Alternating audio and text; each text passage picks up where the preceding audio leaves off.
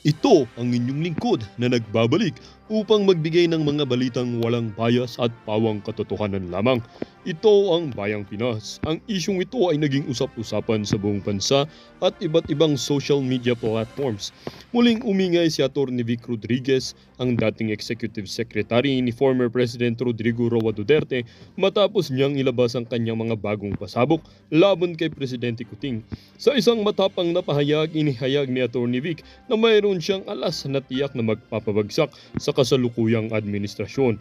Ayon kay Atty. Vic, ang mga impormasyon at ebidensyang hawak niya ay magbubunyag ng mga lihim na katiwalian at pagkakamali ng administrasyon ni Presidente Kuting. Bukod dito, inihayag din niya ang kanyang intensyong tumakbo bilang senador sa darating na halalan sa 2025.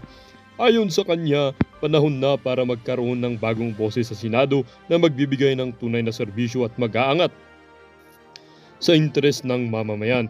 Ang pahayag na ito ni Atty. Vic ay agad na nagdulot ng ingay sa mundo ng politika. Maraming mga taga-suporta at kritiko ang nagbigay ng kanilang opinyon sa posibleng epekto ng kanyang mga pasabog sa darating na eleksyon. Ang ilan ay naniniwalang maaaring makakapagpabago ito ng takbo ng kampanya, lalo na kung totoo ang mga aligasyon niya laban kay Presidente Kuting.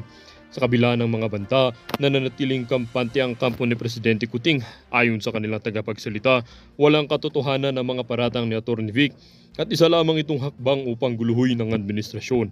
Habang papalapit ang 2025 election, inaasahang lalo pang iinit ang usaping ito.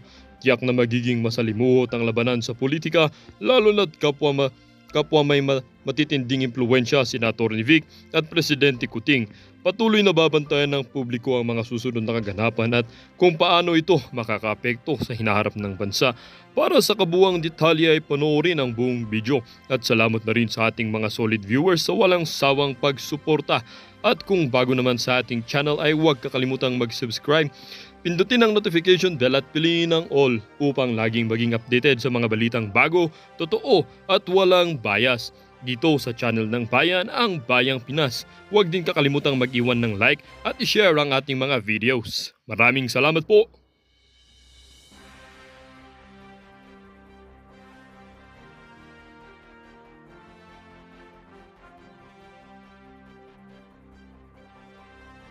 Of ayuda.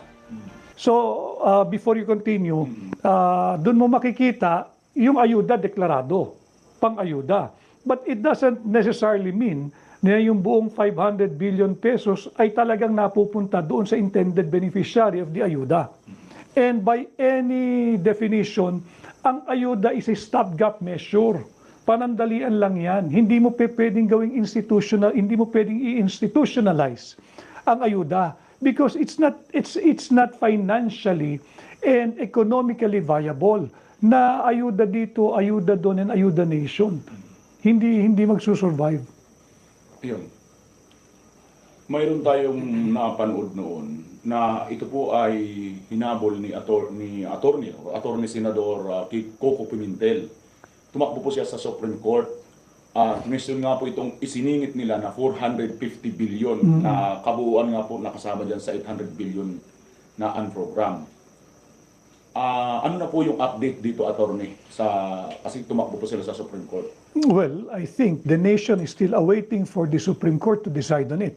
And sadly, we are again on the 8th month, at the close of, we're about to close the 8th month of the year, going into the 9th month, going to the last quarter, and we have yet to see any resolution in sight coming from the Supreme Court with the case filed by Senator Pimentel Camo. Yun ang nalalaman ko.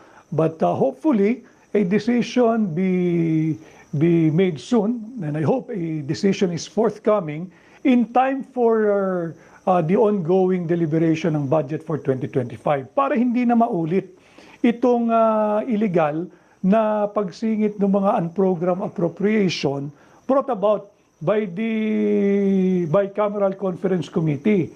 Dahil yung Bicameral Conference Committee should not and cannot and shall not enlarge or increase the proposed budget submitted by the Office of the President. Pwede mong bawasan, pero hindi mo pwedeng dagdagan. That's fundamental in government budgeting and in approval of the GAA or the GAA. Paalam ko lang pala. Nagtataka lang po ako, attorney, kasi ito ang tawag dito unprogram. How come na na-program nila ito papunta doon sa ayuda? No, the unprogrammed appropriation, yun yung mga pet projects ng mga mambabatas. At ang funding niyan, depende kung may koleksyon na pantapat dyan. Kaya nga ang nangyayari, meron silang ginawang sistema na yung surplus o excess fund o yung sobrang budget o pera ng mga GOCCs ay babalik nila sa National Treasury precisely to fund this unprogrammed appropriation. At babalik tayo doon sa issue ng PhilHealth. Remember, PhilHealth, yung 89.9 or 90 billion pesos more or less na pinababalik nila sa National Treasury dahil daw may excess funds ang PhilHealth. But again, I have said this in many forums ng maisog at ito rin yung bone of contention na isinumiti nung ating mga makabayang doktor na nag-file ng kaso sa Korte Suprema calling for the declaration of unconstitutionality of this illegal transfer of the PhilHealth funds back to the from the GOCC or PhilHealth back to the National Treasury. Dahil saan mo gagamitin yung 90 billion excess funds kamo ng PhilHealth? When in the mandate of PhilHealth in Republic Act 1122.3, yung Universal Healthcare Law, lahat ng sobrang pera ng PhilHealth dapat niyang gastusin pabalik sa kanyang miyembro. How? Two ways. Babaan mo yung mandatory contribution ng both direct and indirect contributors. Kung halimbawa ho mga kababayan ay 10 piso ang hinuhulog mo bilang empleyado, bilang direct contributor monthly, kung may sobrang pera si PhilHealth, pwede naman palang bawasan yung 10 piso mo kada buwan, gawin mo lang 8 o 7 pesos. Di may savings ka ng 3 piso kada buwan amounting to 36 pesos per year. Halimbawa lamang yan. Or expand the coverage of PhilHealth. Pero hindi pwedeng ibalik yan sa National Treasury. The counter-argument, though I have not seen their reply to the petition ng gobyerno, ito raw ay hindi naman galing sa pera ng mga contributors, ng direct contributors, kundi sa subsidy ng government. Still, you just have to check Section 11, I believe, of RA 1122.3, yung Universal Healthcare Law, na hindi mo pwedeng pakialaman ng pera niyan. Kung may sobrang pera yan, ang mandato ni PhilHealth gastusin pabalik para sa benepisyo ng miyembro, hindi para gamiting pangpondo ng mga unprogrammed appropriation. Yan ang malinaw na nangyayari ngayon dyan sa maanumalyang paglipat ng pondo ng PhilHealth pabalik sa National Treasury. At the very least, that's technical malversation and that should be stopped. But the initial tranche that was returned to the government or transferred back to the National Treasury is 20 billion. At ngayong Agosto, last week or 2 weeks back, I think, another tranche of 10 billion. But kung meron ng kaso na nakabinbin sa Korte Suprema, decency dictates you observe prudence on the part of the executive or the national government. May kaso na eh. Tigil mo na muna yan. Dahil it's a disrespect to the pending petition before the Supreme Court. Paano if the court would decide against the act of transfer, which is a technical malversation, kahit saan mo patingnan? Di anong papaliwanag mo, hindi na ho namin maibalik yung 30 billion pesos dahil nagamit na ng national government to fund the unprogrammed appropriations, yung mga pet project ng kongresista at senador. So bawal yun. Yung pondo ng PhilHealth ay para sa PhilHealth lang. And the argument that they're trying to advance, subsidy raw ng gobyerno yan. Which I think medyo mahirap mo namang ma-establish. Once, how did they determine na yung 89.9 billion excess or surplus funds ay hindi galing sa pera ng direct contributors? Yung direct contributors, yung mga manggagawa, yung mga empleyado na walang magawa kundi kakaltas ang tuwing payday. Kagaya ngayon, today is in most offices, payday ngayon August 30. So, payday ngayon, automatic ikakaltas yan. Nag-commingle na eh. Naghalo na yung pondo ng direct contributor at saka indirect contributor. Paano mo na with precision and accuracy na set aside mo na yung 89.9 billion, ang pinagmulan nito ay government subsidy. Of course, they have their ways of justifying it, but you just have to go back to Section 11 of that law, RA 1122.3. Hindi mo pwedeng galawin yan. Attorney, if I may, bakit po kaya mainit silang pakialaman ang pondo ng PhilHealth? Yan ang isang bagay na sila lang ang makakasagot. And I think, because kulang na ng pera ang gobyerno. At pag hindi pa nila ito kinuhaan, at hindi pa nila kinuhaan yung ibang GOCCs, maraming magpuputukan dito na mga unfunded projects of the government. Nasa third quarter pa lang tayo ng taon. Actually, third quarter pa lang. Kulang na agad ng pondo ang gobyerno sa ngayon. Bakit to? Saan nila ginamit yun? Well, kukulangin talaga kasi nga yung 800 billion to begin with is unprogrammed appropriation. Dependent on whether or not there will be a surplus collection or a tax increase to cover the 800 billion unprogrammed appropriation. But since they do not want to impose a new tax scheme or a new tax law or increase taxes because it's going to add to their unpopularity, maghanap sila ngayon ng pondo coming from the excess funds of the GOCCs, which ang mali nila, in-include nila o sinama nila yung PhilHealth. Pera ng taong bayan yan. Yan ay insurance premium, mga kababayan. Huwag ko kayong matakot doon sa sinasabing RA 1122.3, the Universal Healthcare Law. Let's simplify, Marlon. Ito yung health insurance ng gobyerno para sa mga mamamayan. Posible ba na kaya kinukulang ng pera ngayon ng gobyerno dahil sa mga ipinamamahagi na yung walang humpay na pamimigay ng ayuda? Isa rin yun. Isa rin yun. Again, ang ayuda, kung talaga naman tinamaan ng kalamidad ang isang lugar, o halimbawa, wag naman, may isang pandemyang kasinlaki ng COVID na bibisita uli sa buong mundo, yan justified yung ayuda. Pero kung yung ayuda, ginawa mo ng political tool to buy votes, to make the voters, especially yung mga kababayan natin talaga nangangailangan ng tulong, beholden doon sa politiko para pagdating ng halalan, they will remind you na may utang na loob ka sa kanila dahil nakatanggap ka ng ayuda. Hindi yan ang prudent fiscal management. Hindi tayo magsusurvive kung gagawin lamang tayong ayuda nation. Yung ayuda nation naging political tool na in aid of perpetuating themselves in power. Attorney Vic Rodriguez, balik lang muna tayo dun kunti lang sa PhilHealth funds.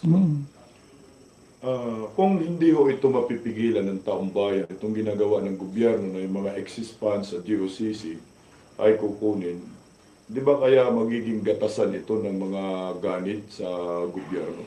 Dapat bawasan nila. Alam mo, parang mga kababayan, parang home economics tayo, home budgeting. Kung ang tatay at nanay combined ang sahod sa isang buwan ay 2,000 piso lamang neto, doon lang tayo mamumuhay. Pambayad ng kasama na rin yung baon ng mga bata araw-araw, yung budget sa pagkain, yung sa kuryente, yung pamasahe, and so on and so forth.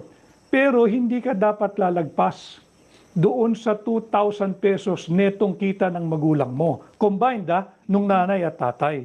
Hanggang dyan lang tayo. Kaya nga meron tayong kasabihang mga Pilipino, pagka maiksi ang kumot, matuto tayong mamaluktot. Ganon din sa pamahalaan. Kung wala pa tayong surplus collection, itigil nyo muna yung inyong greed, yung inyong pagiging ganid. Huwag tayong maglagay ng mga unprogrammed appropriation para lamang meron tayong pagkukuha ang pera. Pera ho ng sambayan ng Pilipino yan Hindi ninyo pera yan. Hinay-hinay. Wala tayong pondo Until and unless there is some viable economic activity going on in the country and there will be surplus funds, maaari siguro na maglagay na kayo pa konti-konti ng mga pet projects ninyo. And to be objective, ganyan naman talaga ang mga congressman at senador. May mga pet projects yan. Pero kung hindi pa nga sapat ang pera, don't force it. Otherwise, you will resort to cutting corners. Kagaya nga yan, bawal na bawal nung pakilaman yung pera ng PhilHealth dahil yan, pera ng manggagawa yan. Personal contribution nila yan. Hard-earned money yan ng mga manggagawa. Huwag mong pakialaman yan. Paano kung merong pandemya uli in the magnitude of COVID-19 na bumisita sa atin? Wala nang magagamit. Wala ka na magagamit. Wala ka na magagamit. Sinasabi nila, hindi. Kasi yung PhilHealth, hindi naman ginagamit ng tama. Yung kanilang pondo, sayang lang yung pera, may excess funds, so on and so forth. The solution is, kastiguhin mo yung management ng PhilHealth. Ba't ang dami-dami yun yung pera? Tapos ang dami-dami daw pala mga claimants na hindi nababayaran. Di bayaran mo. Ang may mali dito, yung management, mismanage ang PhilHealth. Hindi kasalanan ng miyembro kung merong mga excess funds yung PhilHealth. Ang may kasalanan nun, yung management. Ngayon, huwag mong kunin yung pera ng contributor. Pera ng taong bayan yan eh. Correct. Parusahan mo o palitan mo yung management ng PhilHealth kasi mismanage siya. Okay, Attorney Vic, pinapalaki yung 800 billion and program funds ng Marcos admin. Nauudit ba ito? May audit ba? Supposedly. Pero makikita mo nga, dito sa ongoing budget deliberation for 2025, nasusubaybayan ko yung ibang proceedings at ang dami-daming mga congressman na tinatanong kung ano-ano, kung sino mga nakaupo roon, bakit hindi, leadership by example? Di buksan nyo din muna yung aklat ninyo ng inyong expenditures. Correct. Magkano ba pera mong nakuha noong 2023? Magkano ba yung budget mong nakuha noong 2024? Paano mo ba ginastos ito? At paano ang liquidation process mo? Ito ba ay patuloy pa rin yung liquidation by certification? Because if it's still liquidation by certification, huwag kang umasta na para kang ikaw lang ang inquisador o nagtutugis doon sa nagde-defend ng budget. Tingnan mo rin muna yung sarili mo. Do you have that ascendancy to be even asking question on how he or she spend the fund of her office? Isang halimbawa dyan, Attorney Vic, yung ginawa nilang tangkang panggigisa kay Vice President Sara, kung saan habang nasa deliberation ng budget para sa Office of the Vice President, ay pilit nilang binabalik yung 2023 Intelligence Fund na ini-issue nila kay VP Sara. Samantalang sila rito sa 800 billion and program funds ay hindi naman nila mabusisi. Anong take mo, Attorney? Obviously, yun ay political. It's a political demolition job they are doing against the Vice President. At assuming merong notice of disallowance, I think this has also been taken in that budget deliberation. Ang notice of disallowance is not equal to or equivalent to guilt or finding of fault. May disallowance ka lang, but it can be remedied, it can be corrected by submitting the proper documentation, and so that you'll be able to liquidate properly yung dinis-approve o dinis-allow ng COA. Pero hindi ibig sabihin no, nangupit ka. Magkaiba yun. And yun nga, ito 2023. Nag-deliberate na kayo last year dyan. Kaya nga nabigyan ng 2024 budget yung tanggapan niya eh. Kung merong pagkukulang yung 2023, the courts are open. Sampahan mo sa ombudsman, at kung may probable cause finding ang ombudsman, sasampa niya yan sa Sandigan Bayan. That is the proper venue. That is the proper forum. Not during a budget deliberation for 2025 budget. Not because hindi pwedeng tanungin, pwedeng tanungin. Pero bakit sila hindi pwedeng tanungin? Yun yan. Saka ang layo ng 125 million pesos kumpara sa 800 billion pesos. Yun lamang yung nakikita natin. Pero yung per legislative district, magkano ba ang naibabang pera noong 2023 and 2024? Even in the guise of ayuda. remember not so recent past, may mga nagrereklamo, hindi ko lang ma-mention yung amount with precision. Pero halimbawa lang, yung supposed din tatanggap ng ayudang 3,000, nagrereklamo, ang tinanggap na lang 1,000. So, wala na rin nangyayari doon eh. Dapat subaybayan din natin yun. 10,000 yata yun, Atty. Vic, tapos yung natanggap na lang 1,500. You know, that's why it's maganda rin na nangyayari itong matagal na ninyong request na panayam, sapagkat it is important that in the midst of all these political noises, we are given the opportunity to elevate the level of public discourse at pag-usapan din yung higit din na mahalagang usapin na natatabunan dahil sadyang tinatabunan, dahil ayaw pag-usapan. Atty. Vic, continuous muna tayo kaunti, no? Ang NIDA, nagnalaman pa rin sa poverty issue.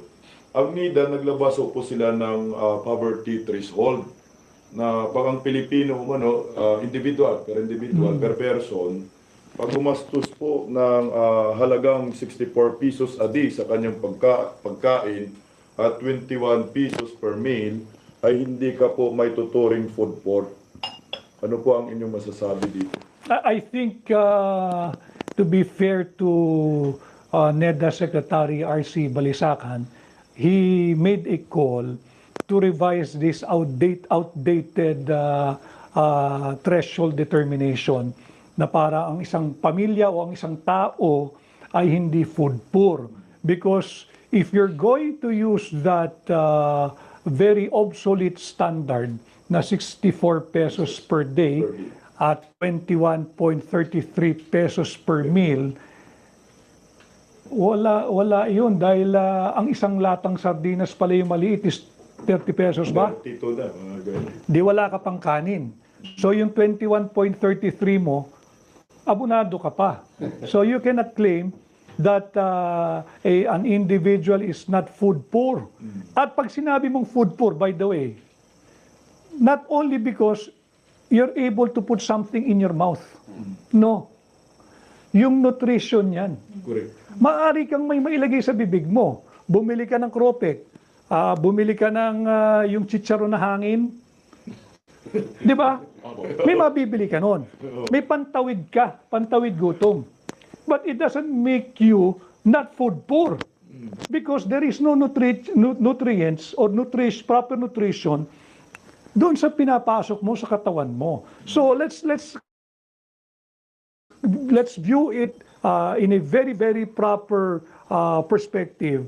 Pag sinabi mong hindi ka food poor, even the quality of food that you put in your mouth should be considered. Not just the amount and what it can buy. It can buy you something.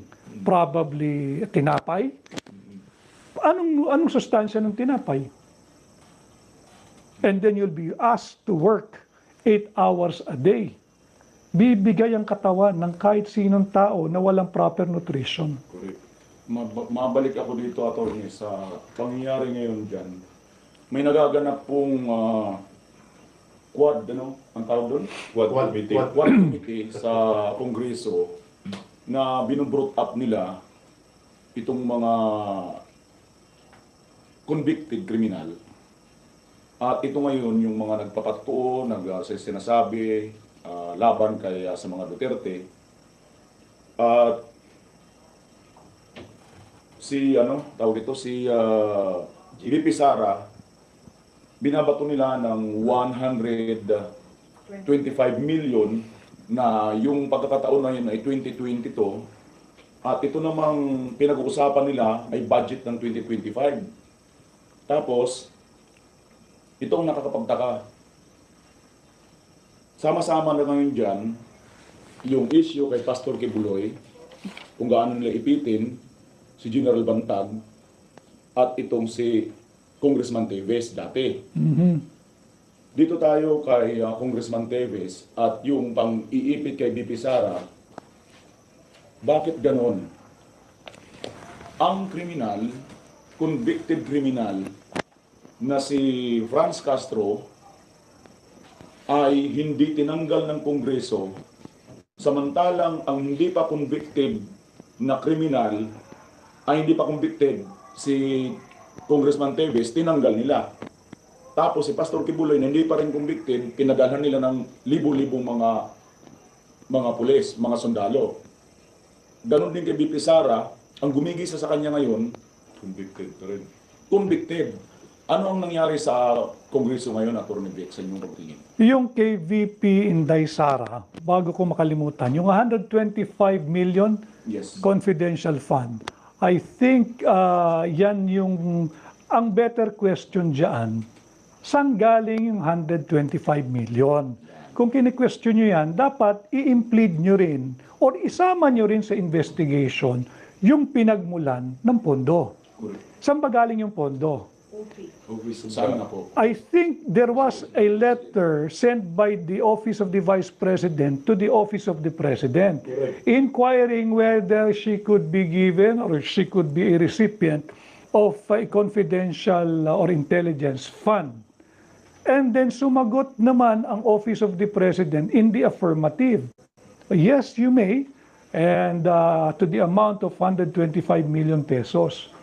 The origin of the letter is an inquiry. Pwede ho ba akong magkaroon ng intelligence fund? Yung source ng fund, sabi pwede. Okay, approve. Bibigyan kita. Bakit hindi i-involve sa investigation yung Office of the President? Kaya nakikita naman ng mga kababayan natin, lahat ito ay politika. Lahat ito ay panggigipit kay Vice President Inday Sara Duterte. Why? Maybe probably because they perceive her as the unbeatable alternative or the unbeatable candidate come 2028. But to be fair to the Vice President, siya nga lagi, paulit-ulit yung sinasabi, hindi ko interest yan. And it's unfair na kasi pagka inaapi niyo yung tao, let's look beyond. Sino ba ang nasa likod ng Vice President? She is just a representation of the 32 million Filipinos who voted her into office. So pag yan, pinag-iinitan ninyo, disservice yan, you are effectively disenfranchising the 32 million Filipinos who voted her into office. Hindi lang si VP Inday yan.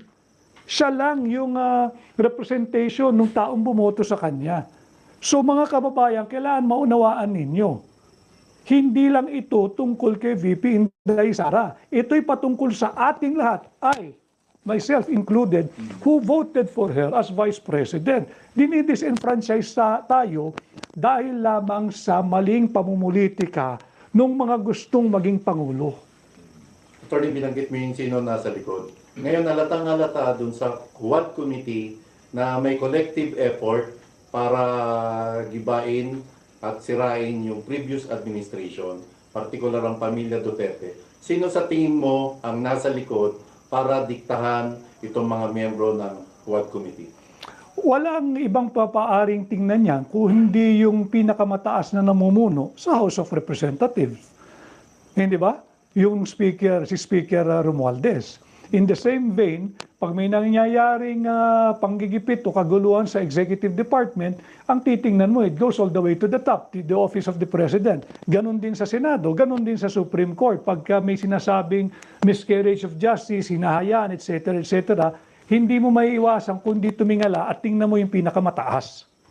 Isang desperate move ba to mula sa kampo ng ni Speaker Martin Romualdez na siraan o balik-balikan yung issue sa pamilya Duterte dahil alam nila yung isinusulong na charter change at People's Initiative ay hindi makasulong, kaya ang ginagawa na lang nila ngayon ay gibain o hanapan ng butas at kasiraan ng pamilya Duterte. Yun na lang ang gagawin nila because the people have become so vigilant and I'd like to attribute it to the very, very brave stand of Hakbang ng Maisog started last January, latter part of January of this year.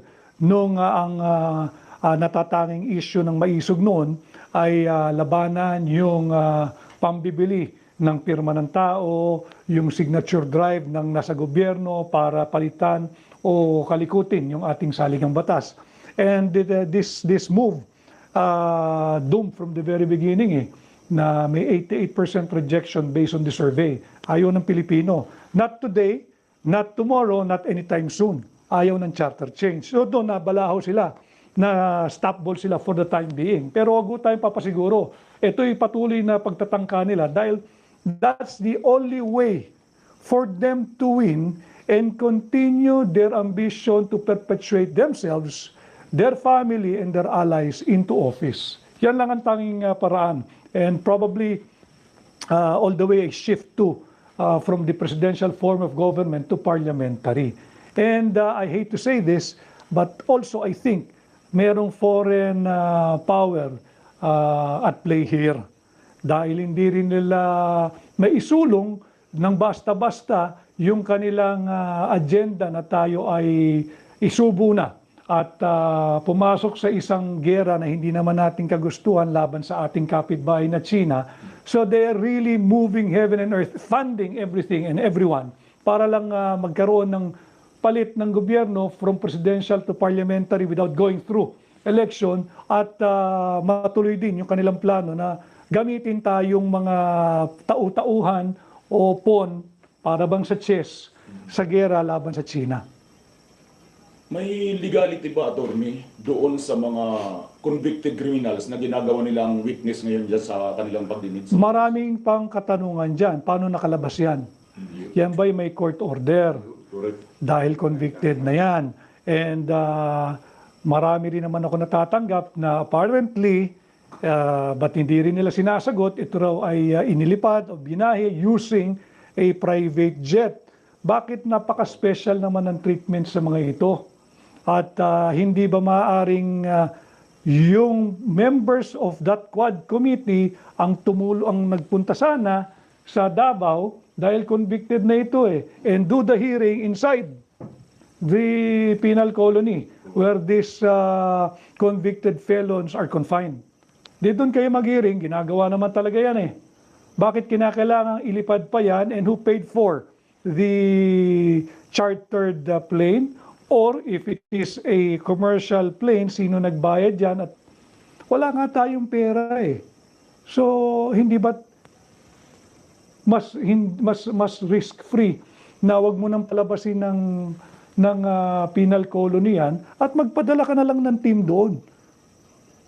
Kung ganun, attorney, naalala ko lang si General Bantag sa Bucor, nasuspindi siya dahil doon sa pagpayag daw niya na ma-interview itong convicted na si General Palparan. Yun po ang nangyayari. Yun interview pa lang. Ito ngayon, hindi lang interview kundi ginamit nila, pinalabas nila at ginawa nilang witness. Bakit wala po tayong naririnig na suspension kay Katapangan? Well, because they control the house. Sino mag-move niyan? Diba? And besides, I think, kung meron na silang affidavit, convicted na naman yung mga yan, wala naman pupuntahan yan, nandyan lang yan eh. Not alis makakatakas. Pero in the ordinary course of things, nandyan lang yan. Nakakulong yan, may conviction na yan, pag-execute mo ng affidavit, and if you think you have an airtight case against kung kanino man, sampa mo. The courts are open. The DOJ is very much open. Disampa mo ng kaso, rather than iniimbestigahan mo yung 2017, 2018,